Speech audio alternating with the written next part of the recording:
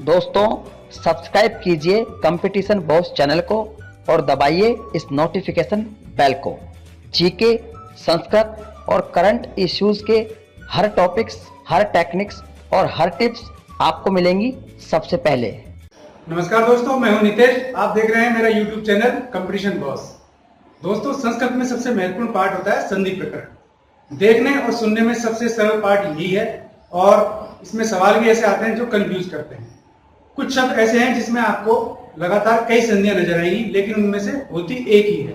यहाँ हम कंफ्यूज हो जाते हैं और सवाल को गलत करके आते हैं।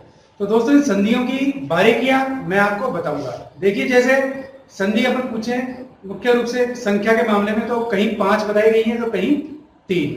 तो वरदाचार्य जो है लघु सिद्धांत कौमुदी में जहाँ 3 संधियां बताते हैं, लेकिन वहीं भट्टोजी दीक्षित मध्य सिद्धांत कौमुदी में संधियों की संख्या 5 बताते हैं।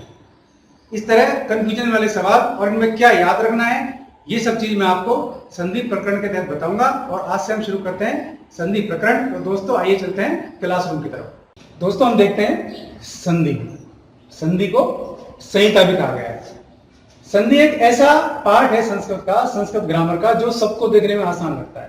अब दीर्घ संधि है, गुण संधि है, यण संधि है, स्वर है, व्यंजन है, इस तरह की संधियां हैं और शब्दों के आधार पर हम वहां चले जाते हैं और लगता है कि संधियां काफी सरल है। बिल्कुल, संधियां सरल है, लेकिन इनमें जो वेरिएशन है, इनमें जो फर्क है, इनके शब्दों में जो एक फर्क आता है, हम कई बार हम गलत कर जाते हैं, वो हम यहाँ समझेंगे।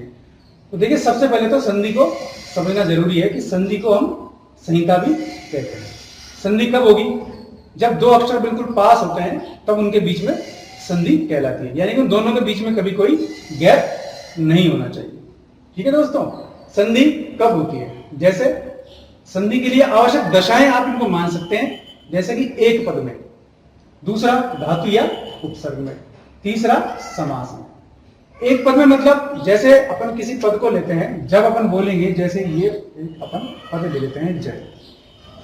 अब अपने को अगर जय बोलना है तो अपन जय ही बोलेंगे, इसको संधि में नहीं बोल सकते अपन इस तरह से। अगर अपन इस तरह से बोलेंगे तो ये संधि नहीं हुई, ये संधि विच्छेद हुआ। तो किसी भी शब्द को जब हम बोलते हैं तो ये ध्यान रखेंगे कि संधि को हमें साथ साथ ही बोलना चाहिए। अगर साथ नहीं बोलेंगे तो वो संधि कार्य नहीं कहलाएगा। दूसरा, धातु या उपसर्ग में, जब भी किसी शब्द के साथ में उपसर्ग जुड़ता है तो उसको हम साथ ही बोलेंगे। जैसे कोई भी चीज आप ले लीजिए, कोई भी उपसर्ग अपन ले लें, जैसे कि अप्रमाणिकता। अगर हम अ और प्रमाणिकता दोनों अलग रख देंगे तो वो संधि नहीं होगी, दोनों अलग अलग नजर आएंगे। तीसरा, समास में इसी तरह समास कार्य है, जैसे कि कृष्ण गो, यानी कि काली गाय। ठीक है, अगर हम कृष्ण अलग बोलेंगे, गो अलग बोलेंगे, तो इन दोनों के अलग अलग अर्थ निकलेंगे, और एक साथ बोलेंगे तो ही वो समास कार्य कहलाएगा, यानी कि काली गाय, और वहां दोनों की संधि होने के बाद वो अर्थ निकलेगा। अच्छा, चौथी चीज है वाक्य में। देखिए दोस्तों, यहां तीनों जगह संधि जो है अनिवार्य रूप से होती है। यहां कोई ई फॉर बट या कोई भी विकल्प की व्यवस्था हमारे यहाँ नहीं दी गई। लेकिन वाक्य में हम देखेंगे, जब भी हम किसी सेंटेंस को बोलते हैं तो पूरी तरह वक्ता की इच्छा पर निर्भर करता है कि वो संधि उसमें करे अथवा नहीं करे। जैसे एक ये हम वाक्य देखेंगे, सा इह आगच्छति।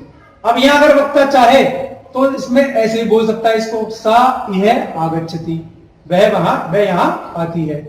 अगर वो चाहे तो इसमें संधि आदि भी कर सकता है, जैसे से है आगच्छति, ये भी संधि कार्य हो गया है, इन दोनों को मिला दिया गया तो गुण संधि है, इसलिए से है आगच्छति। उसने एक संधि कर दी लेकिन दूसरी नहीं करना चाहता तो उसने नहीं करी। यानी कि वाक्य में संधि कार्य वक्ता की इच्छा पर ही निर्भर होता है। यह सवाल पूछा जाता है कि संधि कहां वैकल्पिक है?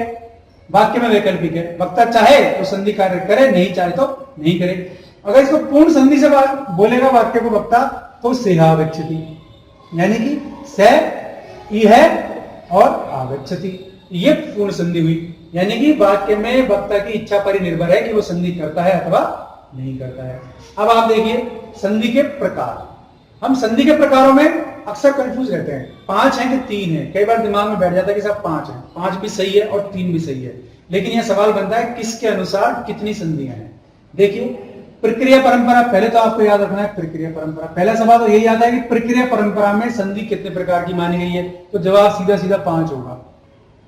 दूसरा पूछता है भट्टोजी दीक्षित के अनुसार संधि कितने प्रकार की मानी गई है, तो भी जवाब आपका 5 ही होगा। तीसरा पूछता है सिद्धांत कौमुदी के अनुसार संधि कितने प्रकार की मानी गई है, तो भी आपका जवाब दोस्तों 5 ही होना चाहिए। अब हम देखते हैं अक्सर संधियां तो 3 होती हैं, हम हिंदी में पढ़ते हैं 3 है, हम संस्कृत में भी 3 ही पढ़ते हैं, तो 3 संधियां कौन बनाता है या कौन बताता है। तो दोस्तों इनके भट्टोजी दीक्षित के बाद जो परवर्ती आचार्य हुए, उनके बाद के जो लेखक हुए, उनके बाद के जो व्याकरणाचार्य हुए, उन्होंने संधियों का समायोजन करते हुए, समाप्त करते हुए संधियों को केवल 3 भागों में ही रखा। 3 भाग कौन कौन से थे? अच संधि, हल संधि और विसर्ग संधि। ठीक है दोस्तों, सॉरी मैं पहले आपको बताऊंगा 5 संधियां कौन कौन सी है। ये है अच, प्रकृति भाव, हल, विसर्ग और स्वादि। ये 5 प्रकार की संधियां सिद्धांत कौमुदी और भट्टोजी दीक्षित के अनुसार है। अब हम आते हैं 3 संधियां। 3 संधियां किन्होंने मानी?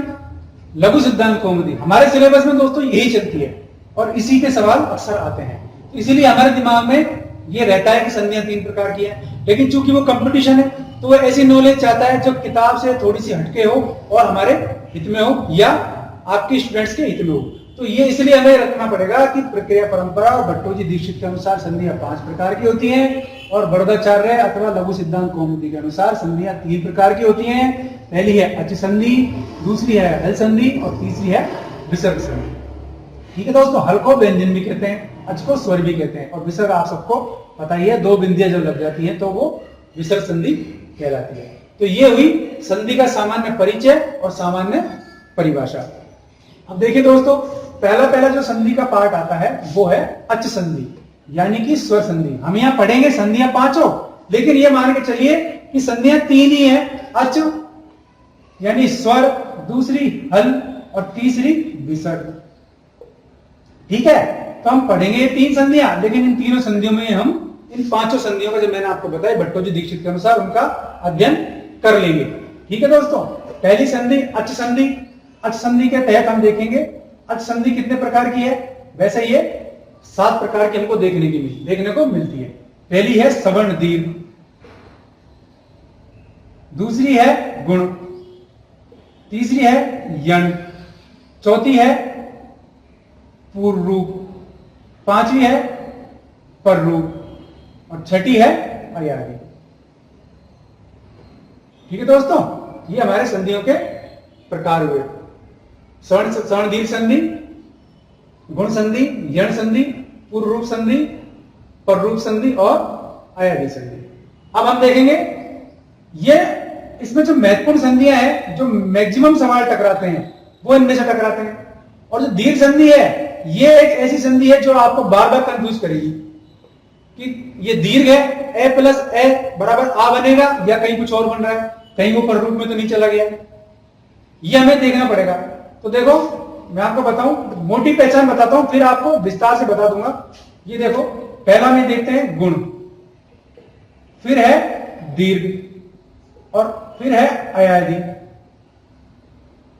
ठीक है दोस्तों, अब देखो गुण में एक मात्रा, यह वृद्धि संधि और की साथ ही रहेगी, जो गुण में एक मात्रा आएगी ऊपर। मोटे तौर पे पहचान है, कोई भी शब्द है अगर उसमें एक मात्रा है ऊपर तो वो गुण संधि होगी। आंख बंद करके सीधा सीधा सवाल का जवाब ये हो सकता है आपका, अगर आपका प्रश्न पत्र सरल है तो। दीर्घ संधि, दीर्घ संधि में आ की मात्रा ही होगी या बड़ी ई होगी, यानी कि जो दीर्घ वर्ण होंगे वो आपके दीर्घ संधि में कहलाएंगे। ठीक है ना दोस्तों। अच्छा, फिर आपके हम लेते हैं वृद्धि संधि।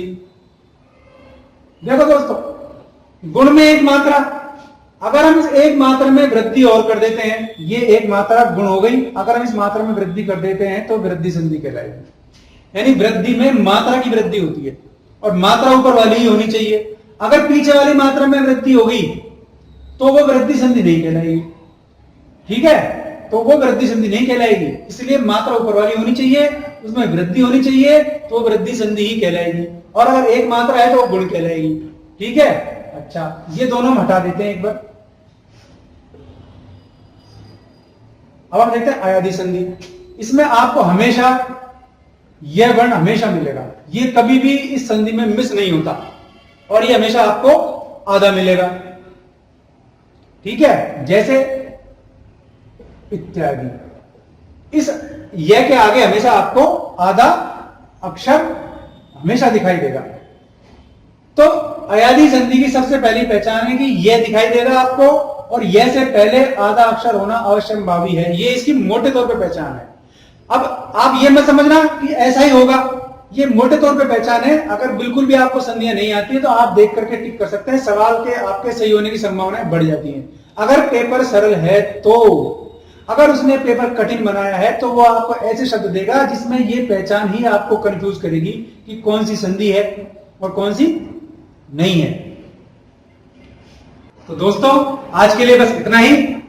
अभी तक मैंने आपको जो पढ़ाया, अगर वो आपको पसंद आया तो आप इसको लाइक करें, अपने दोस्तों में शेयर भी करें। और दोस्तों अगर आपका कोई सवाल हो तो आप जरूर पूछें, कैसा भी कंफ्यूजन हो वो दूर करना मेरा बिल्कुल परम सौभाग्य होगा। आप मुझे बताएं कहीं कोई दिक्कत आती है तो। और अगर आपको चैनल पसंद आया तो दोस्तों सब्सक्राइब करना ना भूलें।